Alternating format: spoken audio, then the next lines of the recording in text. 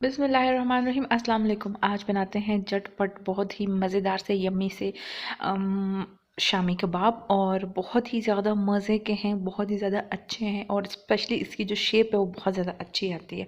तो इसको बनाया कैसे है? सबसे पहले तो मैंने दाल को भिगो दिया, और दाल जो है ना वो आधा किलो से थोड़ी सी ज़्यादा है, और इसी तरीके से मैंने बीफ भी ले लिया है। तो बीफ और दाल की क्वांटिटी अगर आप सेम रखेंगे तो अच्छा है। मैंने दो मीडियम साइज़ अनियंस लिए हैं, सिनेमन स्टिक लिया है, जिंजर गार्लिक लिया, और ये मैंने स्पाइसेस लिए हैं जिसमें ब्लैक पेपर है और ज़ीरा है, धनिया है, हल्दी है, लाल मिर्च है और नमक है। साथ ही साथ धनिया लिया है ढेर सारा, और हरी मिर्च। तो चलिए अपने शामी कबाब को जो है ना वो अब बनाना स्टार्ट करते हैं। बनाने के लिए सबसे पहले प्रेशर कुकर में बीफ डाल के उसके ऊपर सारे के सारे जो अपने स्पाइसेस थे वो डाल दिए।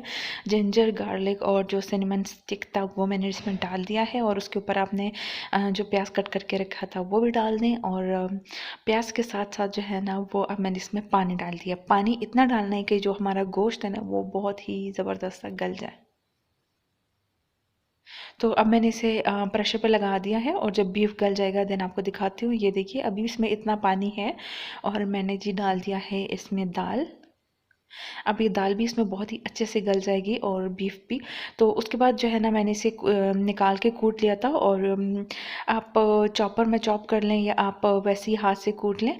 और उसके बाद जो है ना 2 अंडे, और साथ में मैंने धनिया और हरी मिर्च का जो मसाला था वो बना के इसमें डाल दिया है, अच्छा सा मिक्स दे दिया है। और इस 2 अंडे डाल दिए हैं, तो आप इसके shami kebab as it is भी बना सकते हैं अगर आप चाहें तो। इसी तरीके से रख के ना सारे कबाब फ्रीज़ कर लें, और आप डायरेक्टली इसको फ्राई करें। या फिर आप इसको अगर अच्छा सा और टेस्ट चाहते हैं तो अंडे की कोटिंग करें। टूटेंगे ये नहीं, क्योंकि हमने इसमें 2 अंडे पहले से शामिल किए हैं। बट मैं चाहती हूँ कि ये और भी ज़्यादा मज़े के लगें, तो मैंने शामी कबाब को उठा के ना फ्रीज़ करके मैंने उसके बाद इसको फ्राई किया। तो अंडे की बहुत ही अच्छी सी कोटिंग करके, और आपने ऑयल बहुत हल्का सा लेना है, घी बहुत हल्का सा लेना है, और उसमें आपने इसको फ्राई करना है। तो दोनों साइडों से आपने अच्छे तरीके से इसको फ्राई करना है, वो गोल्डन ब्राउन कलर आ जाए देन हम इसको सर्व करेंगे।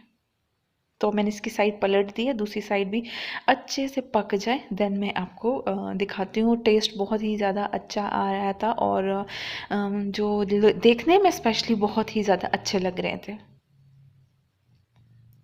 तो ये देखें, आप देख सकते हैं कि शामी कबाब हमारे बन के बिल्कुल तैयार हो गए हैं सर्व करने के लिए। आप इसको एज इट इज़ खाइए, चाय के साथ खाइए, या फिर चटनी केचप किसी भी चीज़ के साथ खा सकते हैं। और मुझे रेसिपी बताइएगा कि मेरी रेसिपी आपको कैसी लगी। Thank you so much. अल्लाह हाफ़िज़।